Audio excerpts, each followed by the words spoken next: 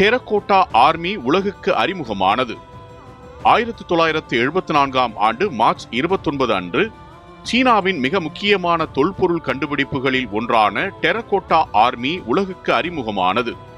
இது சைனா நாட்டின் ஷியானிற்கு அருகில் உள்ள பகுதியில் விவசாயிகள் கிணறு தோண்டிக் கொண்டிருந்த போது தற்செயலாக கண்டுபிடிக்கப்பட்டது. இந்த கண்டுபிடிப்பு உலக தொல்பொருள் வரலாற்றில் மிகப்பெரிய மாற்றத்தை ஏற்படுத்தியது.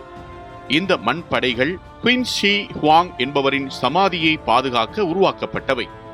கிமு 210ஆம் ஆண்டு காலத்தில் வாழ்ந்த இந்த பேரரசர் தனது மறைவுக்கு பிறகும் பாதுகாப்பாக இருக்க வேண்டும் என்ற எண்ணத்தில் ஆயிரக்கணக்கான படை வீரர்களை மண் உருவங்களில் உருவாக்கச் செய்தார்.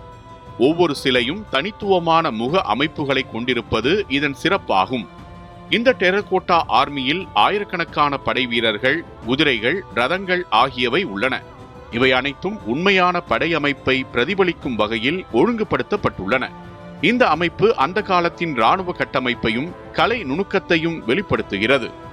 இது சீனாவின் பழமையான நாகரிகத்தின் மேம்பாட்டை காட்டுகிறது.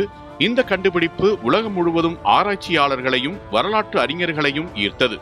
பின்னர் இந்த பகுதி ஒரு முக்கிய சுற்றுலா தலமாக மாற்றப்பட்டது. யுனெஸ்கோ இந்த இடத்தை உலக பாரம்பரிய சின்னமாக அறிவித்தது. இதனால் இந்த இடத்தின் சர்வதேச முக்கியத்துவம் மேலும் உயர்ந்தது.